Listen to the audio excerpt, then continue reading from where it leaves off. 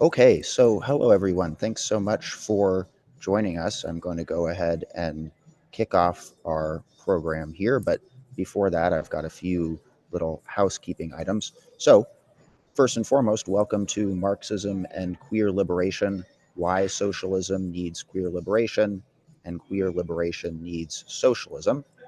This event is co-sponsored. We're very thankful. This event is co-sponsored by the Queer Socialist Working Group and the Trans Rights and Bodily Autonomy Campaign Commission, both part of DSA. So we're very thankful to be bringing in a lot of folks for this event. NPEC, this is an NPEC event. NPEC is the National Political Education Committee of DSA, Democratic Socialists of America. We're going to have one more event this term, so folks can look out for that. And when I say term, I mean that folks apply for an NPEC term. So applications are open right now, actually, for NPEC. So if you're interested in getting involved with NPEC, if you're interested in getting involved with any of the groups that folks are representing tonight, it's very easy to do. So what I'll go ahead is read the description that we created for this event. Then I'll go ahead and introduce our guests. I'll just give us a little preview of the schedule, and then we'll launch right into it. So, achieving the liberation of the queer community requires realizing the intersecting nature of all U.S. cultural oppressions, including class oppression, ties the liberation of all to the end of capitalism. Today, queer liberation is being used not only to, today queer oppression is being used not only to sustain capitalism, but to help grow fascism. When so many people's personal hierarchy of needs requires them to spend their limited resources struggling simply to survive, an onslaught of existential attacks, how does a socialist movement grow and build class consciousness? How has capitalism infected liberal social analysis of the so-called identity politics and activism in those realms? How can socialism provide a better analysis and reinvent activism in those realms? And then finally, what can socialism in general learn from queer analysis and activism? So we've got three folks to hear from today. First, Genevieve is the co-author of DSA's Trans Rights and Bodily Autonomy Group, the resolution. She's also a founding member of the Ithaca Tenants Union and the Ithaca Solidarity Slate, which has elected 4 organized socialists to the city council. So thanks so much for being here, Genevieve. We have I do want to correct, just to give credit in the right place. I didn't co-author the resolution. I'm the co-chair of the National Campaign Commission. The co-chair of the National Campaign. You're right. It does say co-chair instead of co-author. Thank you so much. Folks will be able to correct all of my little slip-ups. Thank you. So Rashad X is a proud member of Lakefront DSA in Northeast Illinois and a member of DSA's National Political Committee. Most of his work is focused on ensuring that DSA is fighting the imperial police state through political independence and ensuring DSA is a leader in winning the battle for democracy. Both of these themes inspire his involvement in the Trans Rights and Bodily Autonomy campaign, where DSA is fighting the unpopular far-right agenda implemented through the US's undemocratic political system. Thanks, Rashad. And we also are joined by Emma. Emma is a published researcher in both neuroscience and engineering. Her love has always been philosophy, hence she's been a lifelong member of the working class. She's organized outside of socialist spaces, from multi-city protests to state-level building and leading, as well as collaborating with national organizations. And she has contributed nationally behind the scenes for 15 years, doing a whole variety of activities. So thank you so much for being here. What we're going to do today is hear 10 minutes each from Genevieve, Rashad, and Emma. If you go over a little bit, that's fine, about the description that folks heard, a general statement, if you will. Then we'll go into question and answer. I have several possible questions here. We'll go back and forth between our panelists, discuss those for a little bit, and then we'll bring in the audience. And audience, thank you so much for being here. You can put your questions in the Q&A section below. You can do that at any time. And then during the audience Q&A section, I'll read some of those out, time willing, and we'll engage in a conversation around that. So, due to our little technical debacle is too strong of a word, but due to our little scrambling here, I never had a chance to ask our panelists who wanted to go first. So, Genevieve, can I put you on the hot seat and ask if you'd like to kick us off? You can, yeah. Thank you so much. So I think very often in doing the queer liberation, like trans organizing work, about a framing that I think Martin Luther King Jr. is most famous for deploying, about like that some people see peace as like the absence of war, and that he was positing that it is in fact the presence of harmony. And I think that when we talk about liberation, it's, and under the like conditions that we're currently struggling, we are focused very intently, for obvious reasons, on like anti-oppression work.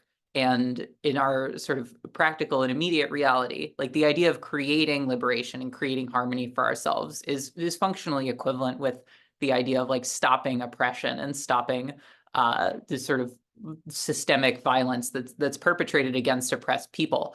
But a lot of what we'll probably be talking about tonight is past the immediate circumstances of like these horrific attacks by the far right on trans rights. What does actually liberation in the longer term mean for queer people and for all people in this country and across the world?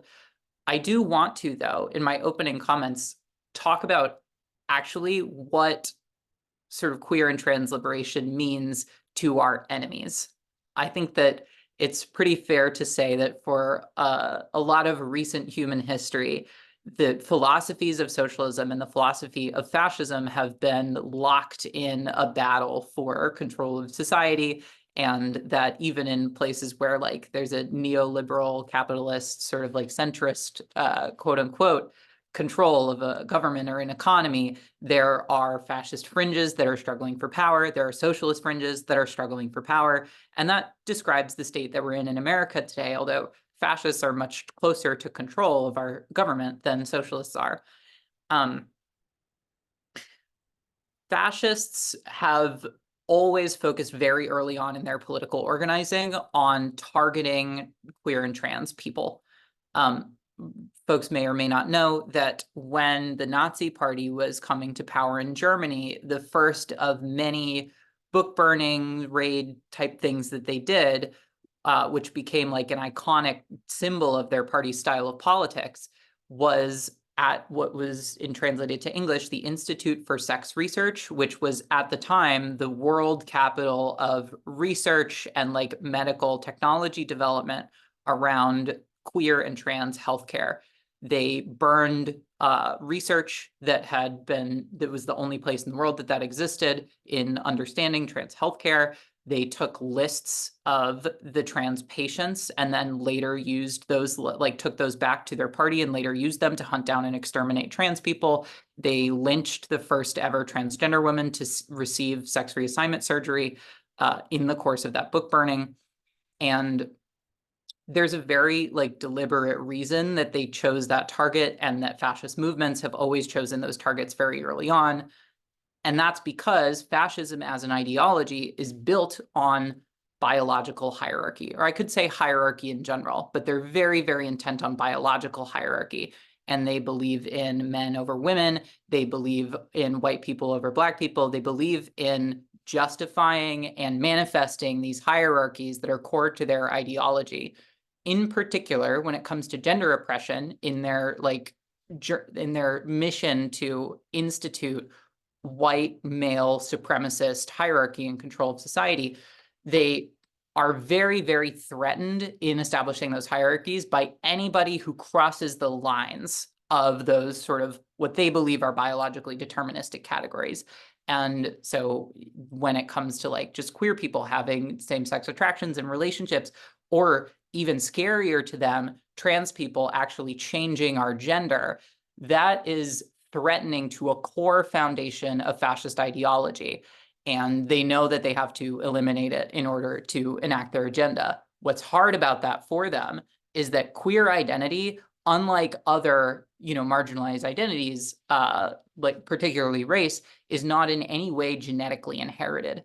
So you could wipe out all the queer people, and then in a generation, you're going to have just as many as you did before. So their strategy of like physical extermination isn't effective with queer people. They have to institute cultural extermination that happens in perpetuity, and there's no ever like finishing or end to that project. So that's why it's one of the first things that they go for. It's why they're so intently focused on it. And it's why they're attacking trans rights in America today. And I think that as socialists, like we are trying to stop fascism from happening all the time. And we'll talk about this a little bit later in the panel discussion, but the obvious question for us in getting into this area of organizing work and rights policy and so on is, what does this have to do with economic liberation and class and so on? And it's a good and complicated question, but I actually think it's a lot easier to understand in terms of why is the existence of queer and trans people so threatening to fascists? And it's because it is threatening to the very idea of instituting social hierarchy. And so in seeking to abolish social hierarchy, whether that's racial hierarchy, gender hierarchy, economic hierarchy, etc., the existence of trans people in society is in itself a protest of the institution and perpetuation of a hierarchical system like that. It's very, very threatening to it. And becoming trans is like, you can become trans in a way that you can't just like decide to become rich one day, right? It's a lot easier to maintain those boundaries with economic class. Yeah, I think that's what I'll add to it, and I'll turn it over to my other panelists for their responses. Awesome. Thanks so much, Genevieve. Rashad, are you okay with going next?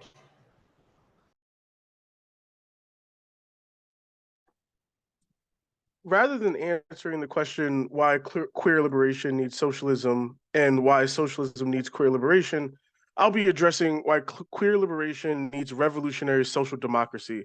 But for the sake of more modern language, I'll refer to it as revolutionary democratic socialism. After all, this event was titled Marxism and Queer Liberation. And one of the most important elements of Marxism is the centrality of democracy. From Marx stating that the first step in the revolution by the working class is to raise the proletariat to the position of the ruling class to win the battle for democracy.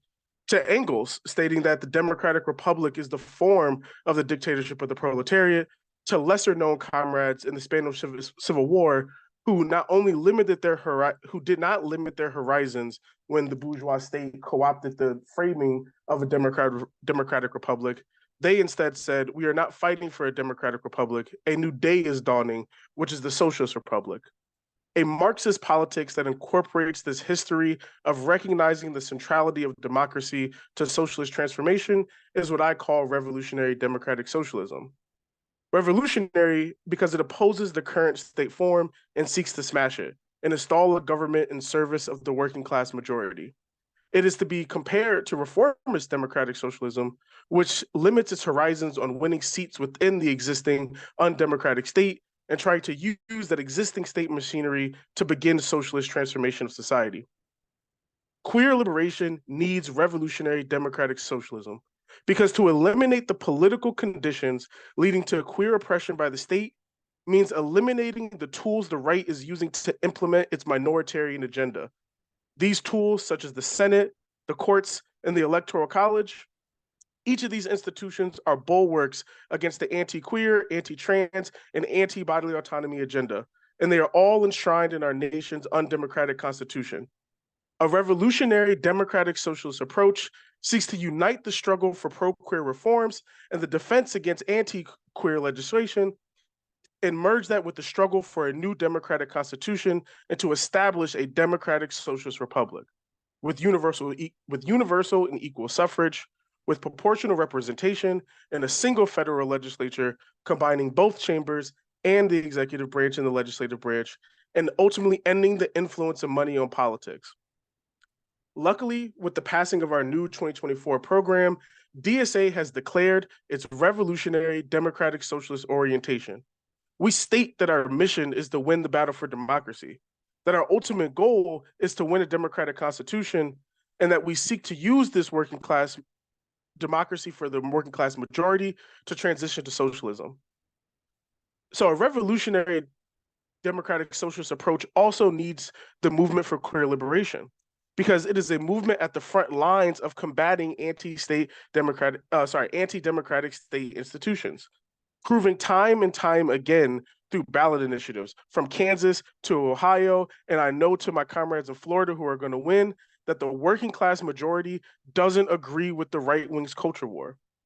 Merging the revolutionary democratic socialist movement with the clear liberation movement is a strategic necessity, or else we risk leaving the energy that I saw Genevieve facilitate in our turbo call this morning untapped. The energy that I see in my small chapter, and that was key to its growth, was a focus on queer liberation. That energy would remain untapped. And the potential I see in my queer coworkers, that revolutionary energy, will remain untapped. Luckily, a revolutionary democratic socialist approach is DSA's approach. And the merger of the revolutionary democratic socialism movement and the queer liberation movement will happen within this beautiful, independent working class party we're building here. Fight the Constitution, win a socialist republic, achieve queer liberation. Thanks, Rashad. And Emma, we'll turn it over to you. So just a little quick bookkeeping up front. I speak very slowly, unless you're from the South, in which case I speak normally. I also have trouble breathing, so if I pause, I'm getting to something, just give me a second. I want to thank NPEC for doing this. I really wanted this to happen. I'm very excited about it. Great group of people. Luke didn't hit it too hard, but applications are open. I've been very lucky to participate for almost a year now. I encourage you to apply. So I'm going to use some of my personal experience and work my way into an analogy that I suspect I'll probably use multiple times during this talk. When I was a kid, you could still see headlines like perverts march to describe gay pride marches, right? It's really hard to find information on queer organizing. What I could find was information on Black liberation. And one of the things I started running into reading about Black liberation were these existential moments of how can we win when there's all these other problems tied together, poverty and other things. As a liberal or in liberal trans organizing spaces, that was an issue that frequently came up as well. You see people being killed. Like we know that on the Trans Day of Remembrance, we're frequently talking about Black trans women in the U.S. And frequently sex workers. And, that's not an accident. Liberal spaces tend to act like there's some mysterious reason for this when we know it's really the intersections of various kinds of oppressions. And you see these people get killed and then misgendered in the news, and you want to do something about it. But how do you liberate trans people, including all trans people, when you have to also end Black oppression and poverty? That's where liberal organizers run into their existential moment, and a lot of them quit at that point. Some of them choose smaller things to focus on and live in that. Some of them become socialists. That's that's where, I ran into socialist reading, like Black liberation organizing. That's the first time I encountered, well, there is an explanation, right? There are ways to approach it. That's not an existential moment for socialists. That's everyday organizing for socialists. We know the answer to that stuff. Um, uh, one of the references I use a lot in talking about this are I try to compare it to the 70s. This very revolutionary moment where you had a lot of capitalists and fascists afraid of what the kids were doing, right? But what you saw were a lot of socialists. Is not always well documented in the history books, particularly the LGBT mainstream history books, that a lot of this stuff was being led by socialists, but it was, right? And they worked together. The Black Panthers would be bodyguards for feminist events. Queer liberation socialists would go and work with unions. We saw these efforts being tied together and working together because they had a common language, they had a common understanding. They were comrades and they knew they were in the same fight. Even if they were focusing on different parts of it, they were in the same fight. After that, suddenly there was this idea being promulgated that it's unprofessional to somehow focus on or care about multiple topics at the same time. And I always thought the word professional there was a very operative word about who was pushing that idea. We have to care about multiple things, right? I saw in an article recently on a completely different topic, a leading thinker dropping that Marxism is an economic theory, which sounds fairly benevolent. I heard it a lot as a young adult. When I would get invited to socialist events as a young adult, mostly in like philosophy department stuff, right? What I would hear is that like gay liberation was Western decadence, and it wasn't really part of the fight. I think sometimes you hear now people saying it's a second tier issue or some variation thereof, which is, it's a certain level of understanding of what's going on. And in certain ways, in that we have to fight an economic battle, there's at least a moment of truth there, right? This is ultimately an economic battle that we're facing. But Marx didn't write about economic issues because he arbitrarily dreamed up a new economic theory. He investigated economics because he saw what was happening around him and cared about it. We can care about it too. The analogy that I like to use is if you imagine a circus tent, one of those really big tents that has a huge main tent pole in the center and a lot of little tent poles around it holding it up. If you imagine the economic oppression of capitalism as the main tent pole, you can see all these other oppressions as the surrounding tent poles holding up the edges and supporting the main one and making it an actual tent.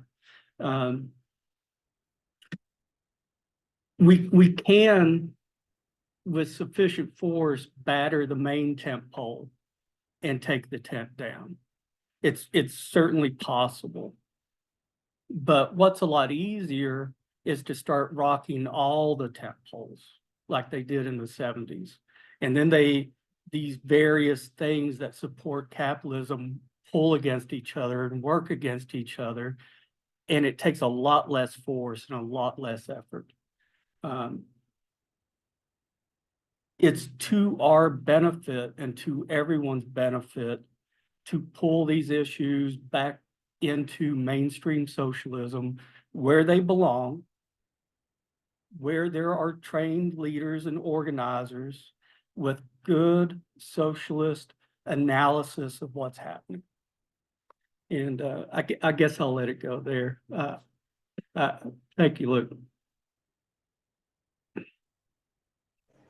Thanks, Emma, and thanks to all three of you for giving us these ideas to lead us off, kick us off.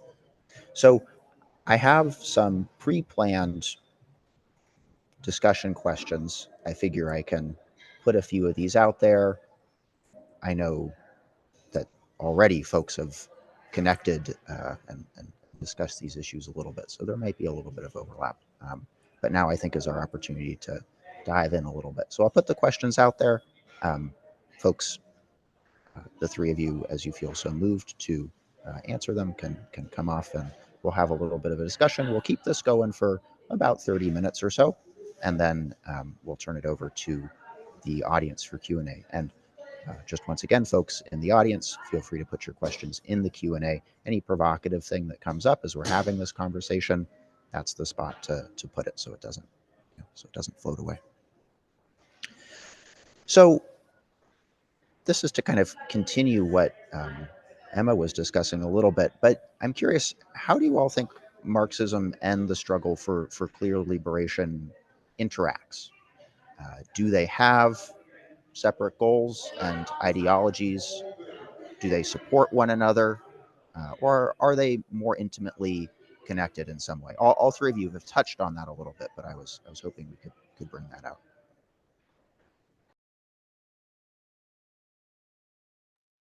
Should we just go in the same order, guys? Sure. Yeah, I'll start this by saying that the way that I see Marxism and have come to understand it through like reading and like other people, you know, helping me read very dense content, is that it is, to me, Marxism is more about like an analysis and then about like specific prescriptions or goals, which I think have a fundamentally moral component to them. Marxism I see as a tool to understand power. Like Emma was saying, that it's often taught as an economic sort of ideology or analysis.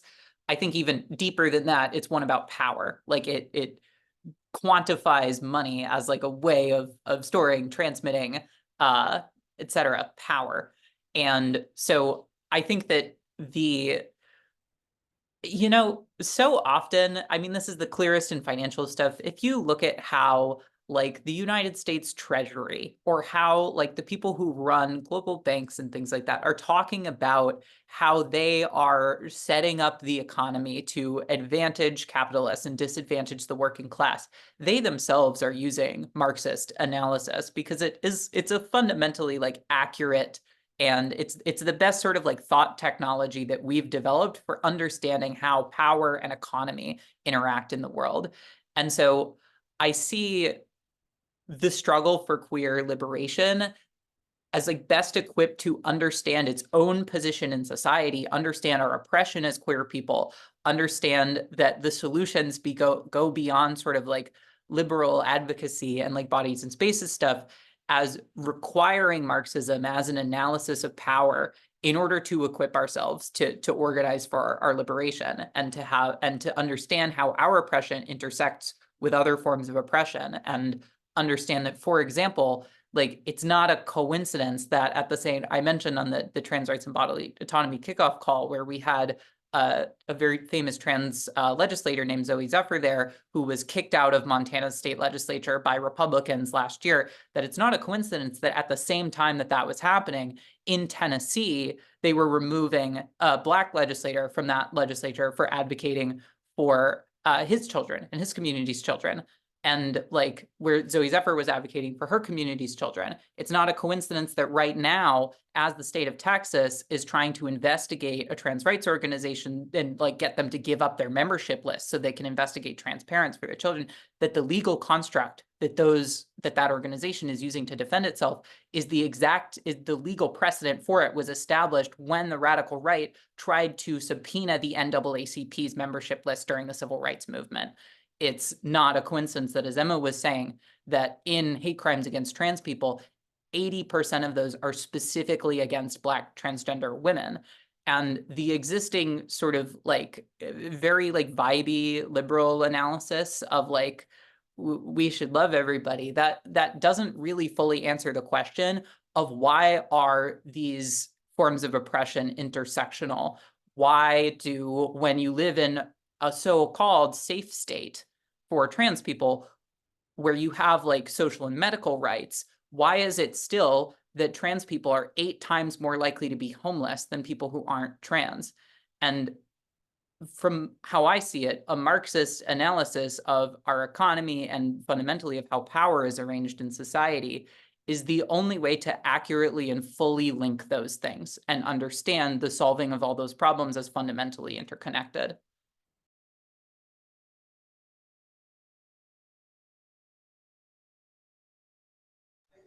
Thanks, Genevieve. Rashad or Emma, would either of you like to take a stab at this one?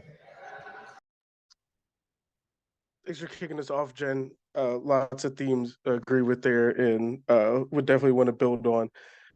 The one maybe where I think we may diverge a little bit is in terms of the idea of like goals, and does it have like do each ideology have like a prescriptive set of what those goals or what that looks like? And I think what is common between the two is like the desire to like eliminate certain conditions that give rise to the oppression that each system seeks to combat imposes. So whether that's right, queer liberation seeking to eliminate the conditions, both social, sorry, 3 types of conditions, right? Social, political, and economic conditions that give rise to queer oppression, and Marxism, right, seeking to eliminate, all social, political, and economic conditions that give rise to worker oppression, alienation, exploitation, etc. So I think that focus on eliminating the conditions that give rise to the systems, both whether it be social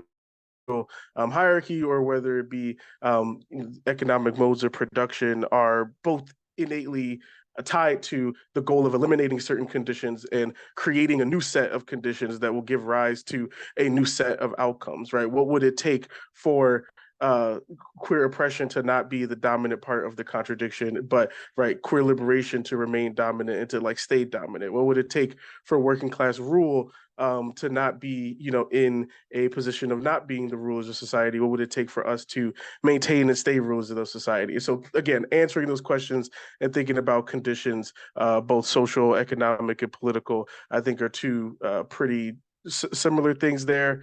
Secondly, both in terms of modes of analysis really get at like the idea of nothing being fixed, right? Whether it's someone's body and gender and sexuality, and not thinking of the static or what is like socially mandated of us, for example, as like fixed or what has to be, for example, right? Queer theory challenges that, Marxist theory challenges that as well. So I think those are pretty similar. And I've personally found queer theory useful in thinking about Marxism, because instead of trying to find I'm this type of Marxist or that type of Marxist, I've joked in the past and said I think my Marxism has gotten way more non-binary because it allows me to look at the entire Marxist tradition, before the Soviet Union, but it also allows me to look at the entire Marxist tradition, post the Soviet Union as well, and conflicting traditions within things that maybe I used to say, oh, I'm a Marxist Leninist, and so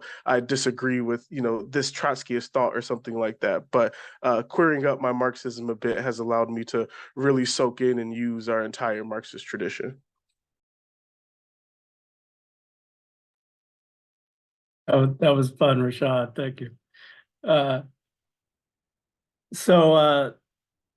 Like one thing I would start off with is just pointing out that at the time of the Soviet Revolution, one of the things that happened immediately was this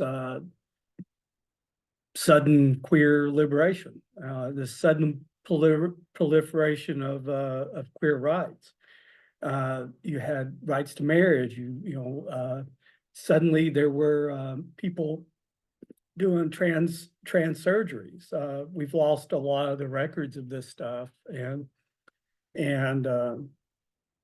you can certainly point out that later on in the Soviet system things changed, but the people of the revolution understood queer liberation to be part of the event.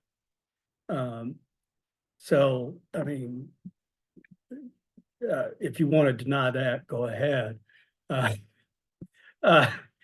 The one of the other things I would say, and I would encourage you not to cite this in academic circles, because I'm not enough of a historian to really justify it.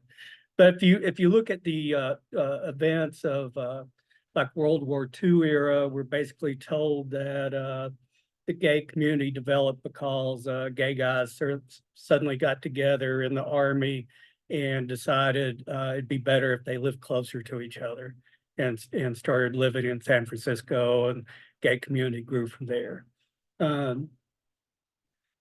If you look at the Communist Party newsletters before that, the Communist Party was already debating queer rights for years, have been for years. We're at least as good on it as we are now, other than maybe, like everybody else, they didn't know about the existence of trans people in particular.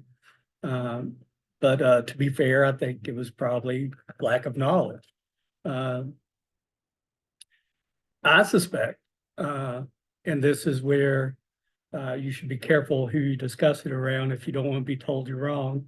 I suspect that the members of the Communist Party, who were then interacting with all the other gay people in the army, who taught them what it was like to be open and free at a time while we were treating the Soviets as friends rather than enemies, started the gay community.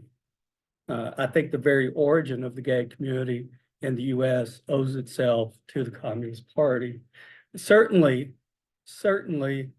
the active queer liberation movement of the 70s owes itself to socialist organizers.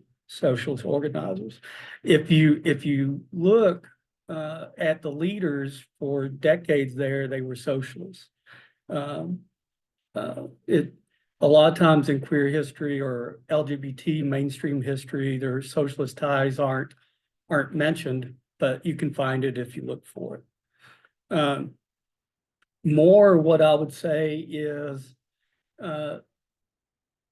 socialists, Marxists have often mentioned that American capitalism had special features and was difficult to dismantle because of these special features.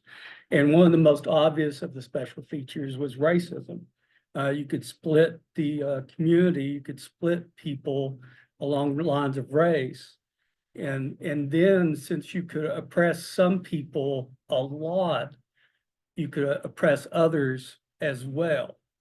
The queer oppression has played a similar role in American capitalism. It's not well understood in that respect, but it's also an important part of separating the communities, separating people, and sustaining capitalism. One of my personal theories is that if you imagine a socialist revolution for tomorrow that leaves behind some form of oppression, even if it's not directly capitalist oppression, economic oppression, if it's racist oppression, if it's oppression of women or queer people or disabled people, as long as you can justifiably and publicly oppress some people, you will wind up back with a capitalist system of oppression. That's my answer, Luke. You can take it back. Thanks, Emma. Thanks, everyone. I'm going to ask one more, I don't know if abstract is the right word, but one more broad question before I bring it into DSA and our political moment, because I do really want to hear you all speak to that. So in what ways have what I'll term here liberal approaches led the fight for queer liberation astray? And what benefits would socialist approaches offer? This is a really good question. I'm going to take a very intentionally sort of like generous angle on this, because I feel like I owe my own existence to sort of like queer rights activist people, and many of whom were socialists, but existed and organized in a time where they didn't have the benefit that we do today of like cultural validity of democratic socialism, the existence of DSA, et cetera. I view it less as like that liberal approaches sort of led the movement astray. I do agree that the movement hasn't been explicitly socialist for a very long time. It used to be explicitly like socialist and communist, and in places where there have been like dramatic liberation of queer people, it has been by socialist and communist movements. But in recent history, especially like in America, that hasn't been the case. And I view it sort of as there's like a chicken and egg to the liberalization of queer rights, and to the like astrayness or suppression of the movement in general, and of socialist organizing in the United States. The way that I choose to look at it, so that I don't get mad at anybody that's sort of within the movement, is that for many decades, like queer people have had to continue struggling for our liberation in order to like save our own lives and the lives of people we love under political circumstances where a large mass socialist organization was not sort of like viable in the way that it is today, due to all sorts of kinds of suppression, due to like lasting cultural fear over the United States government's horrific and violent suppression of the civil rights movement and the Black Power movement, and like intentional erasure of the socialist characteristics of those movements. And so the question though is like, the way that I'll interpret it is like, what are the limitations of the liberal approach to fighting for queer liberation? And I think that the core limitation is, like I said before, if you live in a safe state, I live in New York, where trans people have pretty decent social and medical rights. There are some things we could improve. But for the people who like track national trans bills, they're annoyed with New York because all of their automatic alert systems put like every single bill that happens in New York into it, because every single one talks about gender identity, specifically preventing discrimination against it. And like, as annoying as that is, it's also because of how far we've come on the social rights and kind of like the liberal angle of this in New York. But again, trans people here are 8 times more likely than cis people to experience homelessness. Like we don't have universal access to healthcare. So people who are poor and trans people are more likely to be poor, don't have access to healthcare that ostensibly like the social rights about non-discrimination are supposed to grant us, but we still have economic oppression and inequality under capitalism that fundamentally like gates our community from accessing those things. And so like, that's the limitation to me, is that without understanding the like economic liberation angle of it, like the power to seek healthcare is economic. The power to have housing is economic. Like, and you can guarantee non-discrimination, but if you don't fix economic inequality, trans people don't have access to these things.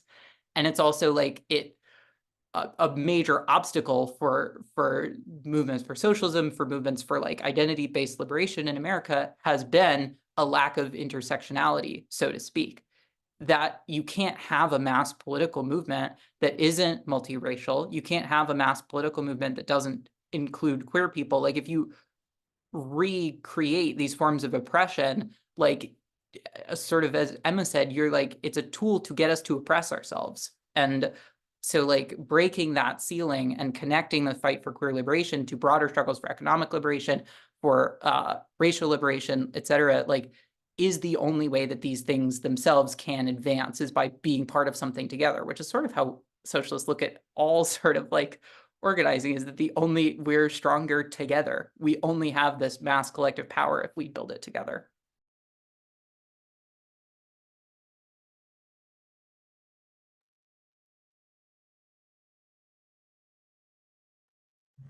Thanks, Genevieve. Rashad, I don't know if you want to take this one. Yeah.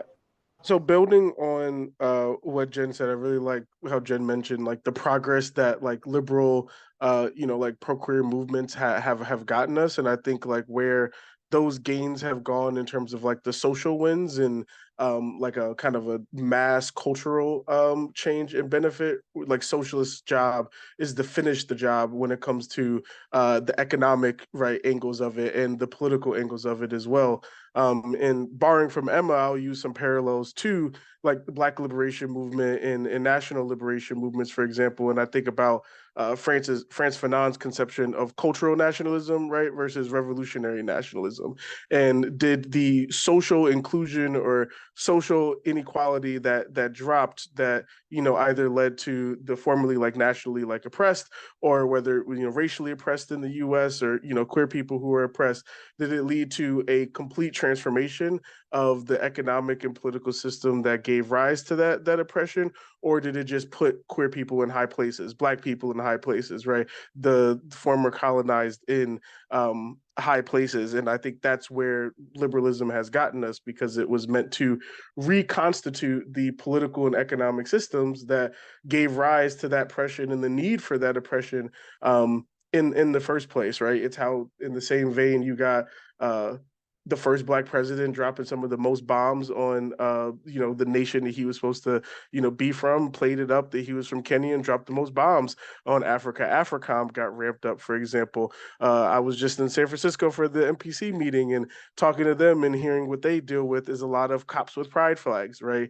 You look at the try to ramp up to demonize the Palestinian liberation movement, right? And you see this like, right, like, oh, savages and different things like that. They don't believe in social Western values of queer people and queer expression and equality in that regard, right? Used to justify imperialism, used to again continue to like reconstitute this state that it's our job as socialists is to finish the job and transform and say, no, we are in opposition to the state and the political and economic system that gave rise to this oppression in the first place. No matter if it's queer oppression, national oppression, or racial oppression, it's our job to finish the job when the liberals don't.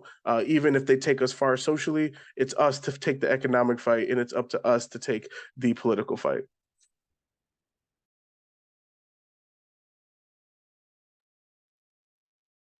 So I have been organizing in liberal queer activist spaces. A lot of what I saw, and I will probably should say, I do respect all the gains that have come over the years, and what people have done and what people have sacrificed, and the unpaid work that they put in. And one of the lessons of my life has been about terminology.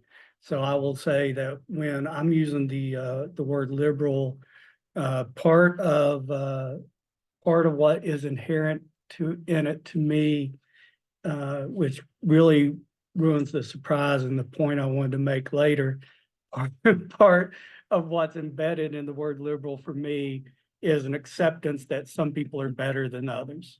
And that's the point I'm going to drag through this.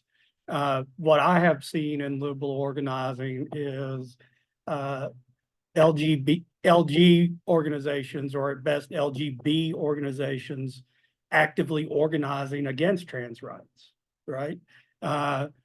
LGBT organizations organizing against prisoners' rights, Black rights, or ignoring it, right? This lack of understanding of the intersectionality of it. But more insidiously, the idea that, like I said, some people are more deserving than others. And that's really the point I want to start hammering on now, is that to me, liberal organizing is still this kind of top down, follow your leaders, follow the people that know best. We're not organizing people. We're going to tell you what to do, and you can contribute money to us because we want to live well while we're doing this stuff. And you can write the letters and you can do the work, but let us just make the decisions because we know better. And that to me is not queer organizing. So I think that gets to what I maybe make some people mad, but what I would want to say about it. Thank you. So before we get to our audience Q&A, and thank you folks who have been putting Q&A comments in, it's going to be an awesome part of it. I want to kind of combine these last two questions. So the first part of the question being, why do you think now is the time for DSA to directly enter the fight for queer liberation? The second part being, if you have any comment regarding the current electoral season and the struggle for clear liberation. So I'm imagining that there might be something within the current electoral zeitgeist, so to speak, that would necessitate DSA being involved. So I wanted to combine those two a little bit for folks. And yeah, go ahead. Sorry, could you repeat that? I was typing in the chat a reply to Emma. Oh, no worries. No worries, Genevieve. No worries. So why do we think that now is the time for DSA to fight for clear liberation? And at the same time, if you could comment a little bit on the current electoral season and the struggle for queer liberation. I mean, now is the time for DSA. DSA members have been involved in queer rights and bodily autonomy and so on work, you know, for as long as there have been DSA members. And socialists and communists have been a part of struggles for women's liberation, for queer liberation, et cetera, for as long as we've had these political movements. So it's not now that like DSA is getting involved in this stuff. Like we, you know, at the launch of our trans rights and bodily autonomy thing, a lot of it was people presenting the stuff they've already done. So we have been here, but now is the time for DSA to start diverting our national like resources towards it in a way that we haven't before, because the far right's attacks on you know, these liberties are dramatically ramping up. And for several years, the right has invested more and more and more each year at the national and state levels in these political attacks. And I have all of my theories that I could probably spend a long time saying about why that is. The short version of it is that I think it's an attack on the American public's capacity for solidarity, in that like the goal is to demonize a very small proportion of the population, and in the process, like ramp up these sort of like, you know, I don't invoke this lightly, but like similar like Nazistic, like blood libel-y things about like targeting children and doing sort of clandestine rituals against them and stuff like that. But they're doing that because the goal is to get the American public to hate about 1% of its population into extinction, and then build on that from there to like turn that same energy towards larger minorities of people. And that campaign is ramping up and getting really aggressive. And DSA is also at a point where like DSA has about 80,000 members spread across a little over 175 chapters in 48 states. And no other organization that's working on trans rights has anything close to that. And whenever like I, as somebody who's like coordinating this work nationally, meet with other national organizations, it's the first thing I say is that this is what we have. This is what we can contribute to the space that nobody else is doing. Like, you've been doing this for a long time. please like send us information. Like if you are like, oh, this thing is happening in this state and this state legislator needs to be targeted, but all I have is like researchers and lobbyists. We have people. And we're at a point in American history where like what is needed to deal with this is people. Like just doing lobbying and like advocacy isn't enough. And other people who are working on this issue recognize that too. And the bottleneck is not like how much people care about it, it's how organized and mobilized the movement to defend and advance trans rights and bodily autonomy is. And also like DSA, I don't know, I don't have data to support this, but I think that of all the sort of like big multi-issue organizations in the country, I think we're the most proportionally trans. That's my anecdotal observation. And so, yeah, it's become the front lines of like the fascist right's attack on the American public's like conscious capacity for solidarity. And that matters for all of the other socialist work we want to do. And so if we want to defend that capacity for solidarity, this is like the battlefield that fight is happening on. And if we don't show up, we're going to get beaten. Thanks, Genevieve. I'll turn it on over to you, Rashad. Yeah, thanks for kicking us off, Jen. And you talked about the DSA difference and less of like what we can do externally. I'll more focus on like the DSA difference of how did we even get to trans rights and bodily autonomy being at the front lines and a priority of our organization is because we have those democratic processes, right, in a convention as like our highest governing body to where members said we want this to be the top fight that we take, and now they are seeing their organization go full throttle. Thanks to the leadership of all three of us like on this call, for example. And I think that's such a critical tie to the elections. Show that we are such an alternative to the Democratic Party, right? A party that the rank and file supporter or voter has absolutely no power over, right? There are plenty of people who have voted for Democrats in the last however many federal elections who are completely fed up with the lack of a fight that we have seen around, right, trans rights and bodily autonomy more broadly, for example, right? DSA can be an organization that like our members control. We do not wait for these politicians to save us. We are agents. We are the protagonists. We set the terms of our struggle, and we struggle how we want to struggle and what issues that we want to struggle on. So if we deem that the fight against our capacity for solidarity, as Jen described, is our priority, that's our priority. We don't wait for Genocide Joe. We don't wait for Nancy Pelosi. We don't wait for any of the Democratic Party. We set our own terms. And so more broadly than that, I think, again, it is our chance to lay the blame on not just the Republican Party. Like, that's the easy answer. We need to be raising consciousness and tapping into consciousness that exists, right? There is consciousness that exists already that properly lays the blame on the Democrats for relying on the Supreme Court when it comes to abortion rights, for not using its federal power that it has with Biden being in the president, and is completely fed up with the lack of the fight and the capitulations to Republicans, right? There's already people fed up with that. And then there's people who are going to vote for Biden this election, vote for Democrats, right? And they're going to do so reluctantly.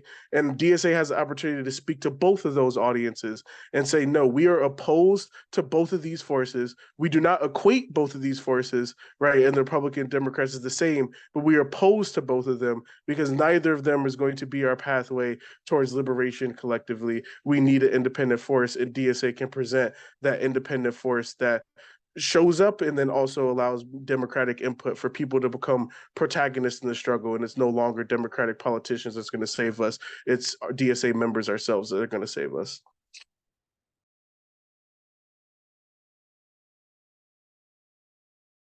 Thanks, Rashad. Emma, can I pass it on over to you? Yeah, absolutely. I'm loving this, by the way. I don't get to talk to Rashad and Genevieve enough about this stuff, so I'm really digging here and all of it. So I would say that like there are really kind of two questions maybe embedded in this. Like one is there's a moral, ethical, whatever you want to call it, argument, and one is a practical argument, right? In a large extent, I think the moral argument kind of speaks for itself. Shit's going down, so where the hell are we if we're not there? But I mean, there is a counter argument there about strategy and what there's all kinds of stuff going down, and there's always going to be a lot going down. That's part of how this works. That's part of what we're trapped in. We have to think strategically and where we can spend our resources. But like Genevieve said, we're a massive organization spread all over the US. I'm quite confident that we can do more than 5 different projects at the same time. That being said, this is a horrible moment in time for queer people. It's a horrible moment in time for a number of people, but it's a horrible moment in time for queer people. By standard counting of the population, DSA is vastly disproportionately queer. Now, if you look at some recent studies, like younger age groups are getting up into 25% queer. And I should say, mostly I try to use the word queer not as an umbrella term, but in the way that activists from the 70s and 80s used it, meaning that you were a radical leftist in addition to being LGBTIA, right? But sometimes it just makes a handy umbrella term. So some younger age groups are pushing 25% now. If we're trying to build a mass movement and we've got that many queer people in it and that many queer people in the population, how do we do it if we don't tell them that their existential needs don't matter? That argument it should be made, not could be made, but should be made for some other groups as well, right? But how do we do it if we don't address what is a glaring existential moment? When Obama got into office, the U.S. and Russia, the population polling on gay rights was roughly equivalent. Very shortly thereafter, in Russia, they started these kind of don't say gay kind of laws and that kind of stuff. And you quickly saw public polling go down on questions of gay rights until all of a sudden there were camps in Chechnya, right? We know what the Christian fascists want to do to us. It's not a big secret.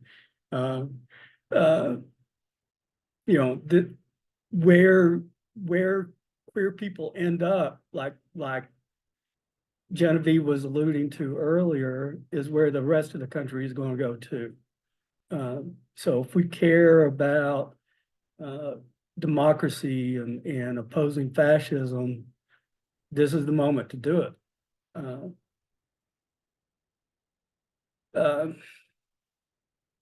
I think I better stop there.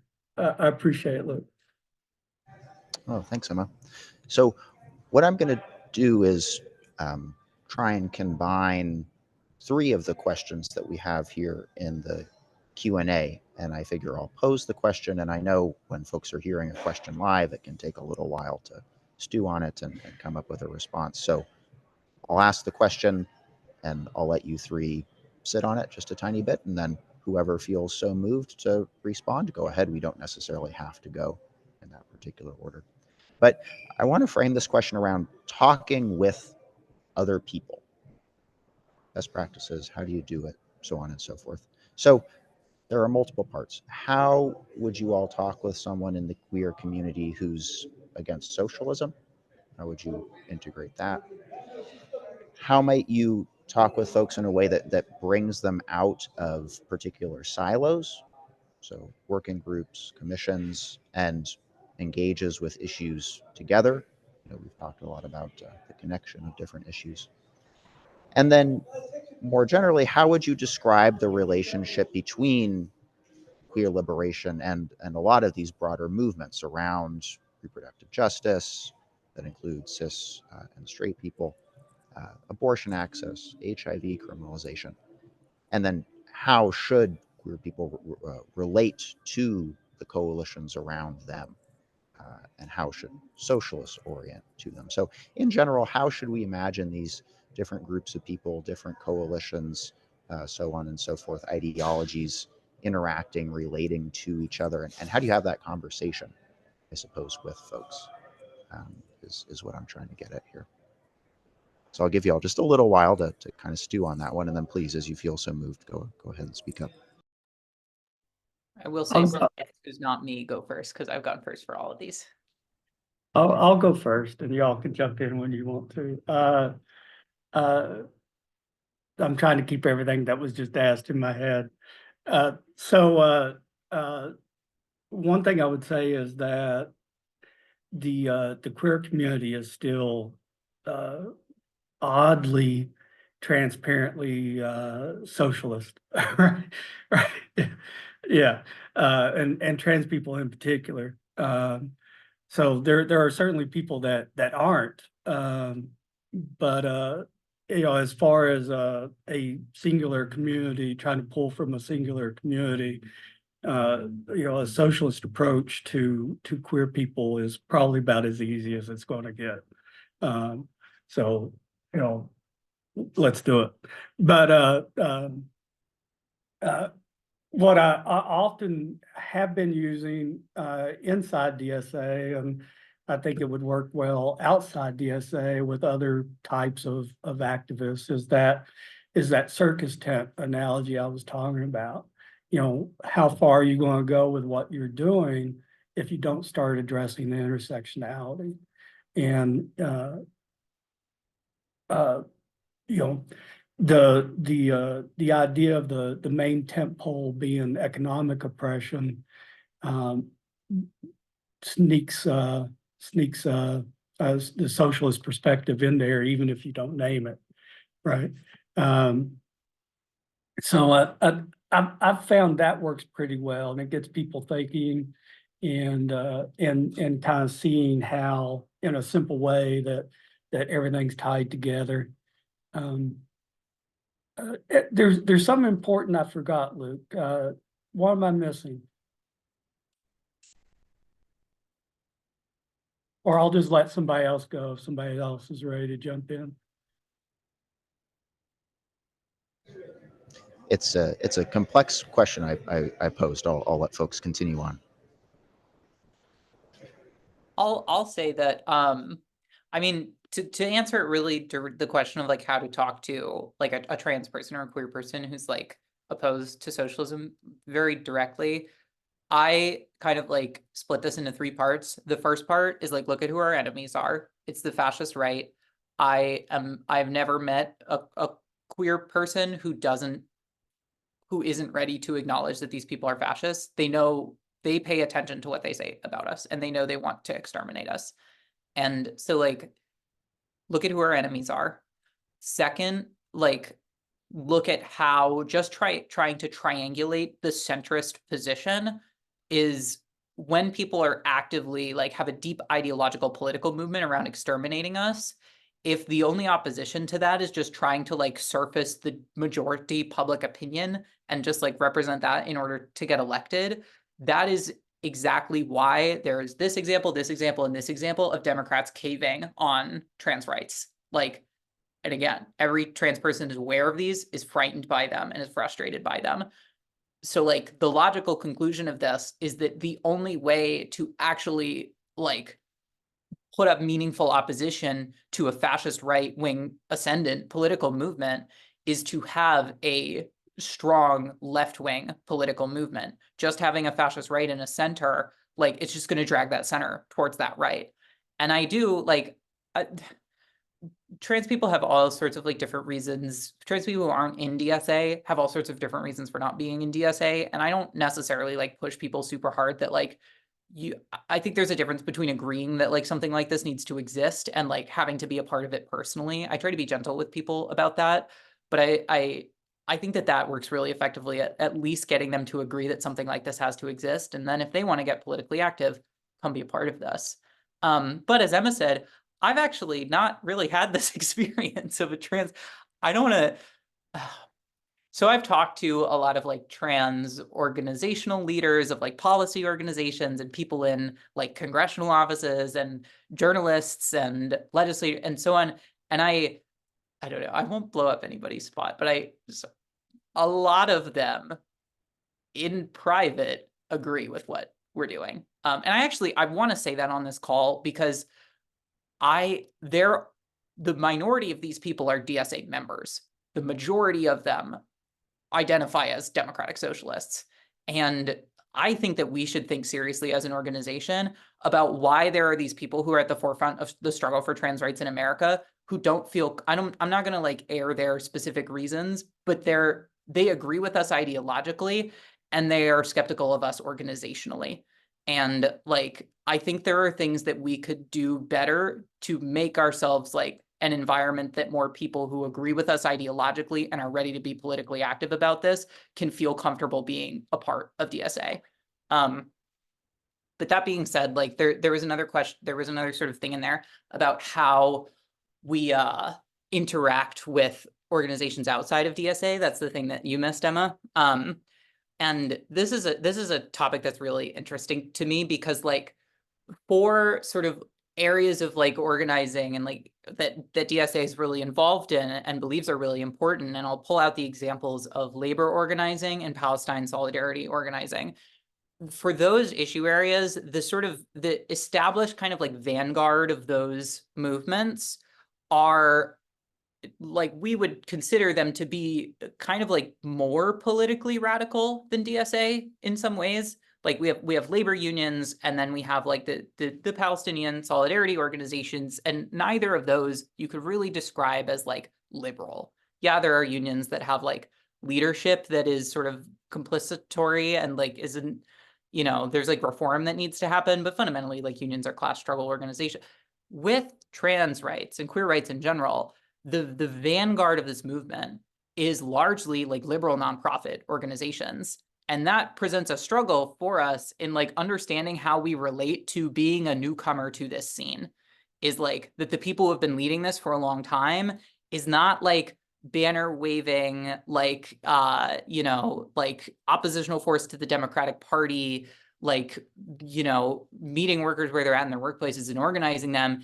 It's liberal nonprofits. And my position is that in the same way that we have to treat like the places where this movement has housed itself with the same respect that we do with unions or with like Palestinian solidarity organizations to continue these two examples. And that's not to say that we have to subsume ourselves into liberal politics, and we should keep our identity as DSA. We should like talk about how socialism like bridges this with other sort of fights for liberation. And like, again, like my experience is that so many people are instantly ready to hear that. And so like, I don't feel like there's a challenge with this. And I feel like we can only benefit from being like, hey, we're here now, come join us in addition to the thing that you're doing. But like, I really fundamentally believe that if we want to be a positive contributor to this, and also that we want people who have been in those sort of like vanguard organizational positions to see DSA as viable, as a place that they want to be, to join us, we have to treat them with respect and like recognize that we're a relative newcomer to this policy space, and that we're only going to gain their respect, not by like telling them how to do what they're doing and insisting that like, oh, we've showed up, now we're like more right than everybody. Like we believe that in our heads. We're all socialists for a reason. But like, we have to show up and actually contribute materially. We have to actually like do things. We have to not just like table at their big coalition events. We have to kick fascist people off of school boards and put democratic socialists there and have those people like fight for trans kids in those schools and like say that we're doing this because we're democratic socialists. And I think that that's how we relate to these other organizations, I think, is like show up in the same places as them, respect them for the work that they've done, but contribute the unique things that DSA as a democratic socialist institution that has a shitload of people, a ton of organizing chops, et cetera, contribute things that aren't happening right now. And, be a part of a multi-tendency movement, so to speak, in that way.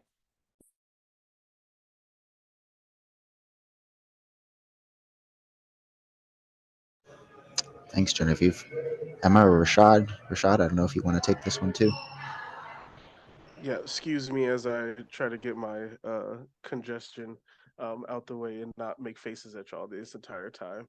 But I think Emma and Jen kind of covered um, a lot. The only two things I would kind of more quickly add is like in terms of breaking down silos within DSA. I think this is where having a political program is like a necessity, and like bringing a political program to life can really help to unite the struggles and strands within our organization, right? Like our 2024 program that's going to be released. NPC just passed last weekend, so we just have to release it onto the forums and whatnot, and really begin to bring it to life. It has a strong focus, right, on trans rights and bodily autonomy, for example, right? And so as we think about you know, our labor work and winning labor unions and rank and file workers to our program, for example, like that is the program that, people would be going to try to win people over to, for example. Those are the united politics that we are expressing as DSA. And so, yeah, just quickly want to add, I think a program would really help. And secondly, to, what Jen was describing, for example, about how we need to like show up, how we need to like recognize that like there's other organizations that either have a membership base of people, or mobilize people in a structured manner for campaigns and different things like that. I would consider that similar to like we need to do with labor unions is execute. We're talking about Marxism, right? A merger theory, right? We need to like embed ourselves into those struggles as open socialists and win them over to our program and have that level of like persuasion, right? But again, still being a part of the struggle. Those things are mutually exclusive. And so if we are doing that with an open socialist like banner and seeking to both win leadership in organizations that are structured as such and are capable of like us winning leadership, like a labor union, for example, or when it comes to especially with the queer organizations and like NGOs, that's perfect energy to bring people into DSA as an organization for the first time, even different than it would be for a labor union, for example, to where like the merger is kind of more complicated with some of these social movements because it's nothing to really join. We can be a part of the campaigns and whatnot, but there's no real structure to join. And that's like part of the selling point is, what do we do when this is done? Who's making decisions on how this should operate? Come be a part of an organization type of thing. And so that's just all I would build on from what Jen said. But yeah, appreciate both of y'all for covering a lot of that. Can I just jump in again real quick? I promise not to be a hog, or any more of a hog than I am already. A recent evolution of mine that really just stems from this campaign, and the name of it is the power of language. The way the bodily autonomy was listed as part of the campaign name, the more I looked at it, the more I saw it as a way to start breaking down the silos that have been put up around these different subjects that keep us from working together on it.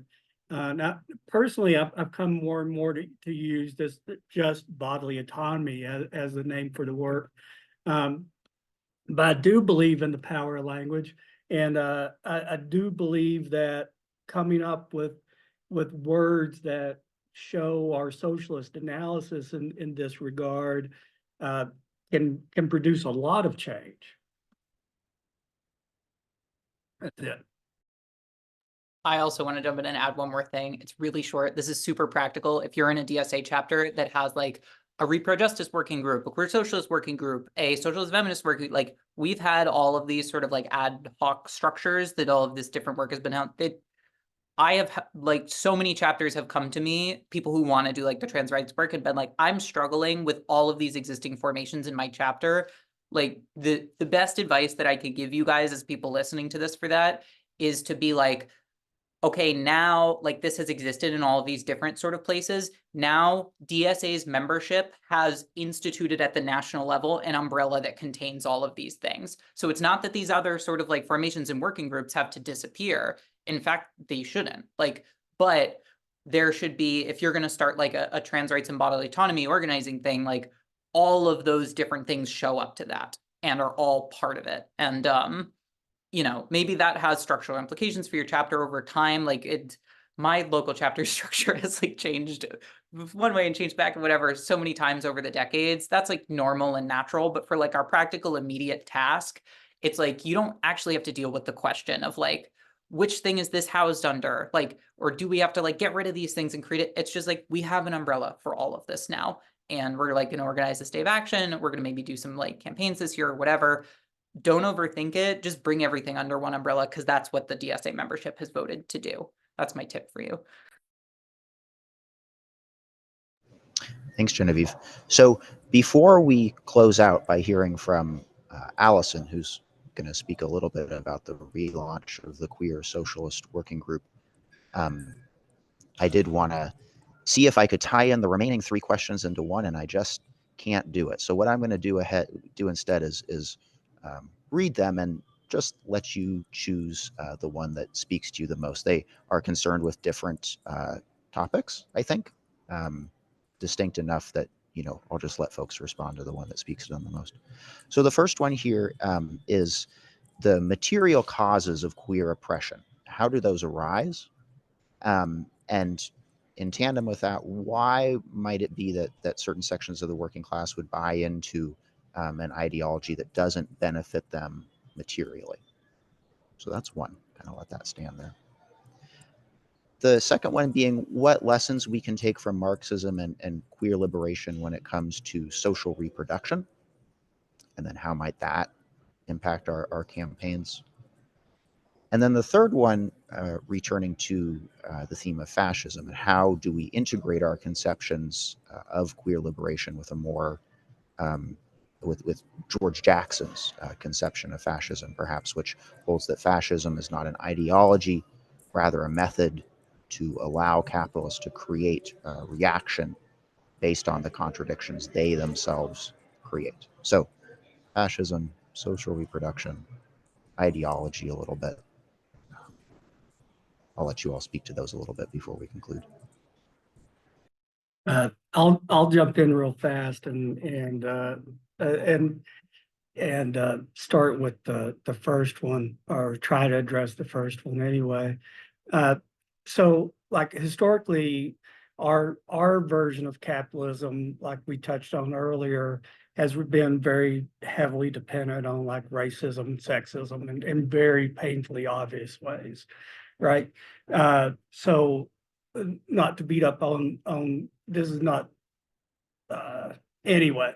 I think we can all be comfortable talking about like there was a reward for being a white man, or at least ostensibly a reward for being a white man in America for quite a long time.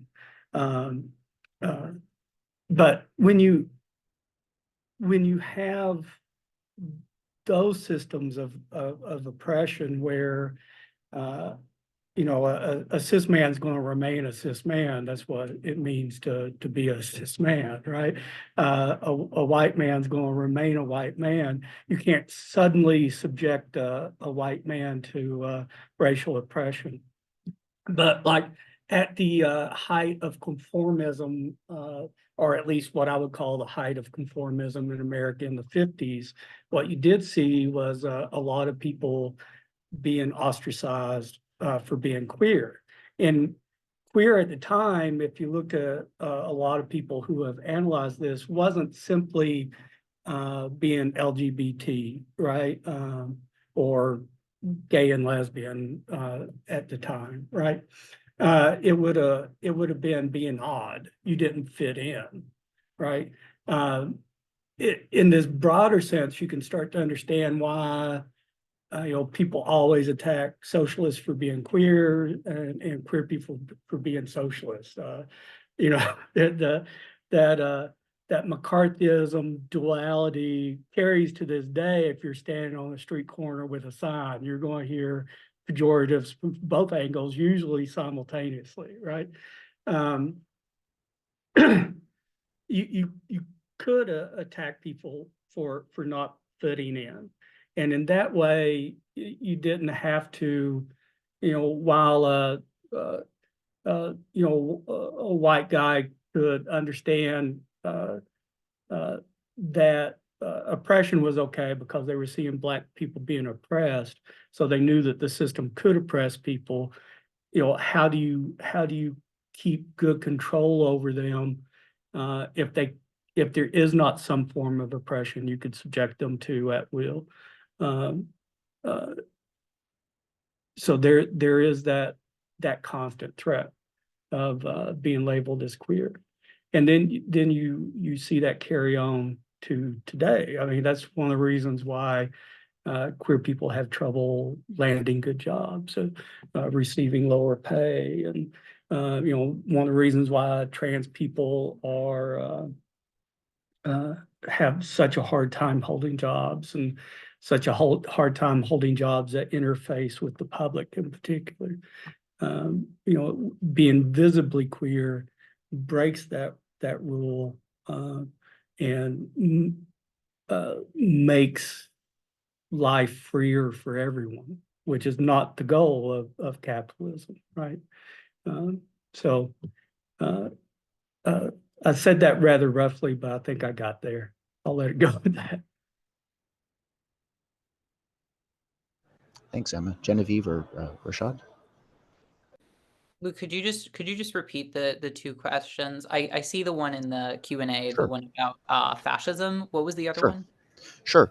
The lessons that we can take from Marxism and queer liberation in regards to social reproduction, and how might that impact our current campaigns, and then the perhaps more material causes of queer oppression and how that might encourage someone to buy into an ideology that perhaps wouldn't ultimately benefit them.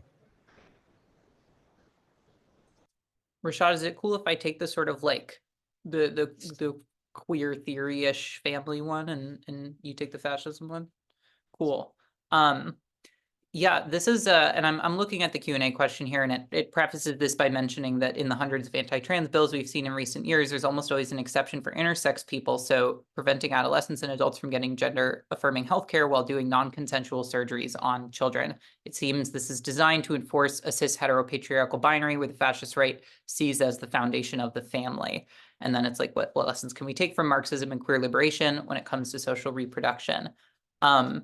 This is a really interesting question that there's kind of like two threads for me. There's one is the social reproduction, and then the other is actually like the theory of sexuality, because I think that the cis heteropatriarchal sort of like conception here is not just about how like humanity reproduces itself and controlling the means by which it does that, but it's actually there's this deep like psychosexual thing that is separate from that and is about power and subjugation.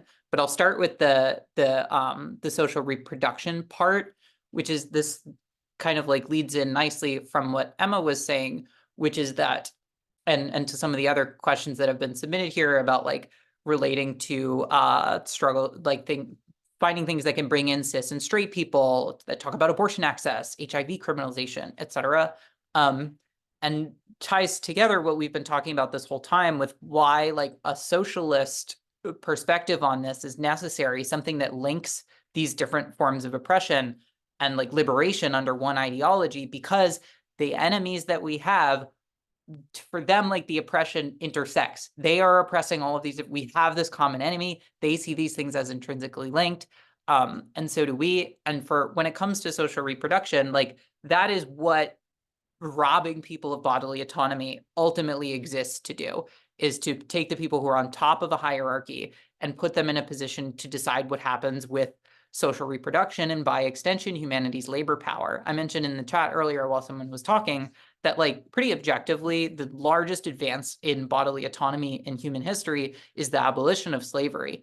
And like that to this day, like the carceral system in the United States, the mass incarceration system exists fundamentally as like a racist theft of bodily autonomy from largely Black Americans. And like what slavery did in robbing people of its bodily autonomy, like it was about the chattel slavery was about like reproduction of labor power. That was like the economic motive. It wasn't just that these were like evil white people who were just doing this to be mean. It was like they wanted to do it so that they didn't have to work, and they like didn't care what happened to other people in order to like make that happen.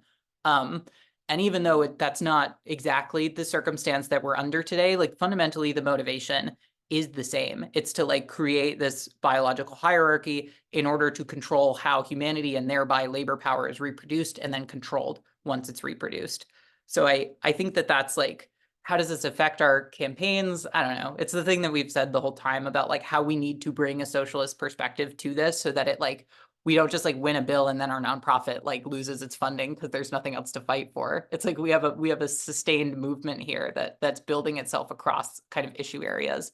But the other thing, sorry to ramble about this, but I'm very excited to have an opportunity to bring this up on this call, is that there's this whole other dimension to the fascist view of like control of gender and bodily autonomy and so on, which is that they're like the fascist ideology views both like power and sexuality as like fundamentally destructive forces. Like the ideas of like enforcing cis or heteronormativity, whatever, like that it's about like it's about penetration and domination and like control and subjugation, and ultimately like that these are violent like ends and impulses. And the sort of like queer theory of like sexuality very intentionally and specifically rejects that and says that like sexuality can be a mechanism of like the creation of like harmony and love and so on. And that, yes, it can have like this reproductive function and whatever, but that's not what it's isolated to. That there is this whole other element of human relationality that leads people that like, there's all these like other components about like polyamory and like at different levels of like platonic and like sexual relationships between people. And all of these are part of sexual liberation, that we should be free to love each other and to like do with our bodies what we want, and have like freedom as consenting adults to do that. And the fascist like opposition to that is that sexuality exists as a mechanism of control. And it exists to control people and hurt people and harm people who are like lower on the biological hierarchy rungs. And the idea of sex being for anything other than that, as like this really like fucked up, like dominational like drive to power and to destroy and subjugate, is in itself threatening to fascism as an ideology at its core. And I could go on about this for a long time and probably should read more about it, but that feels important to point out in the context of this question, of like how, you know, about why the fascist right is enforcing this, is that it's not just about social reproduction. It's in part about that, but it's because a theory of sexuality, when they demonize trans people and gay people and so on, it's like that them having this sexuality is inherently harmful to other people around them and to children, and that they're seeking to create pain and destruction and whatever, because that is fundamentally the fascist like view of what sexuality is all about, period.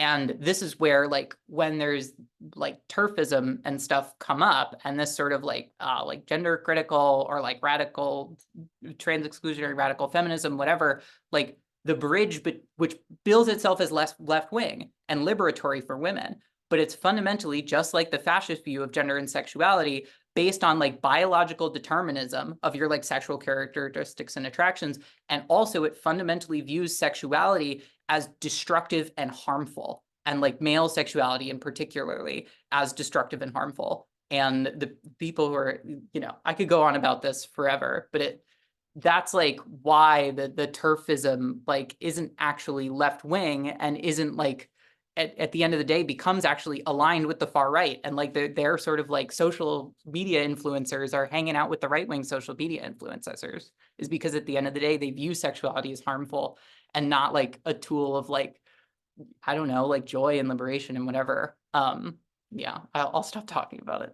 because we only have so much time. Thanks, Genevieve. I'll pass it on over to Rashad. Cool. Thanks, Jen. Yeah, I will pick up on the kind of like the question about fascism and it like being less of like an ideology and more of like a tool, and also asking about the like material kind of like what allows for this oppression to like materially occur. And so first and foremost, I would start with I think it was a historian like Gerald Horne. I've listened to a bunch of podcasts and read some of his books about history, and there's this common theme about, right, like fascism in the United States and like racism and slavery and whatnot. And one of the things that I've always kind of stuck with me is like fascism is inherently about some sort of class collaboration, right? It's about like some sort of like collaboration to how do you exploit some social contradiction that exists in order for that to then be this capitalist class is now you're going to side with these workers who are more riled up over this social contradiction as opposed to their economic contradiction and like their class position, for example. And so I think that can really go downstream to when we think about George Jackson's analysis of a fascist state, right? That like America as like a fascist state. And, I think whether or not you agree with that exact terminology, I think there's a lot to be said there to connect to where I was going in the beginning when I opened was we have minoritarian institutions that allow for that small minority of capitalist interest, and they only need a minority of the population because of the way our Senate is structured, right? Because of the way the Electoral College is to really be bought in to this culture war. So what then allows for this, if a minority of people are fighting for this, what are the actual institutions that allow for these policies to be implemented? This is where we have to point our eyes at our undemocratic political system and the underlying constitution that enshrines that political system. So let's say we take the courts, for example, right? Yeah, that is a Christian court, right? That is a Christian nationalist fascist court that's going to, overturn Roe v. Wade's and things like that. But that is also Capital's court at the same time. It is the Christian's court and it is the Capital's court. But at the end of the day, it is Capital's court first and foremost. And so just again, that level of class collaboration is used to legitimize, right, these minoritarian institutions as being in the interest of, working class people that may be a part that may be a part of this base of some sort of social contradiction that, right, the capitalist class and again, like, we think about like the Trump kind of movement and that level of like the far right movement, it's like advertising to like keep stoking that, right? It's not even just to win, right? Jen was like, they, push legislation, right, for agitational purposes, for example, right? They do a lot of the tactics that, we would want our electeds to do and be pushing for, agitational legislation to rile up a movement. But the biggest difference is our movement is in the interest of a multiracial working class majority, and theirs is in the interest of the capitalist class and minority of people who really buy into those social contradictions. But again, if it's a minority of people, we have to ask the question, how the heck does it still get implemented? And we have a minoritarian state with institutions like the Supreme Court that will continually manifest minority rule. So as Jen was talking about, we have to have a horizon that's bigger than just our reforms. And we have a caucus called Reform Revolution that can help us remember the saying. But again, revolutionary horizon has to attack smashing those minoritarian institutions so that the working class majority's, a position which is way more socially progressive than this minoritarian culture war can be implemented, and majority rule can be what is manifested as opposed to minority rule. Thanks so much, Rashad. And thanks to all three of our panelists for just engaging us in a really interesting conversation. This is definitely one that folks will want to listen back to once it's posted on YouTube. It's going to be on Class as well, which is the DSA's podcast. So you can go at half speed, you can pause. There's just so much content and really interesting and stimulating points that folks have made. Before we wrap up, I did want to turn it over to Ali, who recently led the relaunch of the Queer Socialist Working Group, and was hoping that Ali can speak with us a little bit. All right. Hey, comrades, can you hear me? Well, thank you so much. Thank you so much to NPEC for being able to put this on. And I want to say thank you so much to the panelists for giving your ideas tonight. I think the intersection of Marxism and queer liberation is one that's not oft talked about. And I'm so happy to see that we have such a diversity of ideas here and such a diversity of thought and approach and action. One thing I wanted to seize on was Jen talking about having a united queer umbrella under which queer organizing in DSA can happen. And that that I'm here to represent one of those umbrellas. I am one on the steering committee, ex-co-chair of the Queer Socialist Working Group. It is a national working group throughout the entirety of DSA, across the whole country, of chapters coming together to discuss what it is that we are going to do locally for queer liberation. How do we actually affect that, and how do we make that possible? We are a place of inspiration. We are a place where queer socialist working groups of different chapters have come together historically, even before convention of 2023, to come together to talk about our plans, our projects, how we were going to split that, and how we were going to be able to implement that and give each other ideas on how we were going to do that forward. And the adoption of the Trans Rights and Bodily Autonomy campaign is definitely given a regiment to that, a very structured regiment that we never really had before. But Queer Socialist Working Group is still here. We still want to create a space where queer people in specific can come together to talk about how we are about our own personal struggles and how they are interleaved and interconnected, like Emma was saying, intersectionally with each other. We have monthly meetings. We are still in the process of reformation. We passed bylaws last year. We have a solid core of people. We've pioneered Still Here, Still Queer, a in-depth look at what queer organizing in DSA has accomplished thus far and what we are looking to accomplish in the future. I hope to see many of you there when we do that event again. And I would happily ask you to all join Queer Socialist Working Group, as well as participating in the Trans Rights and Bodily Autonomy campaign. This is, we are where queers are going to feel safe, we're going to feel comfortable, we're going to feel inspired, we are going to feel active, we are going to feel, for people who feel like queer organizing just hasn't had a home in DSA before, we are here to make sure you never feel that way again. So happy to be here. Thank you so much to NPEC for giving me this time. Join Queer Socialist Working Group. I'll make sure to give you all a link that you can send out. All right. Thank you again. Take care. Thanks so much, Ali. And any links that folks have from our panelists or from Ali, I'll be able to email all of you who have attended.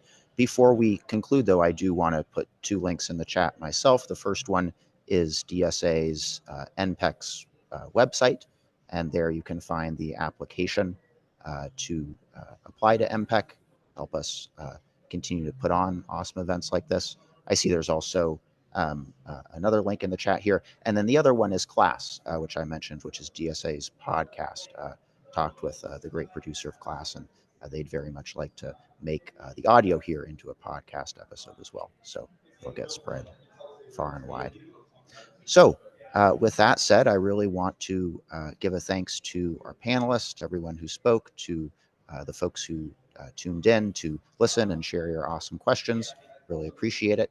And we'll look forward to seeing you all at our next event. So take care, everyone.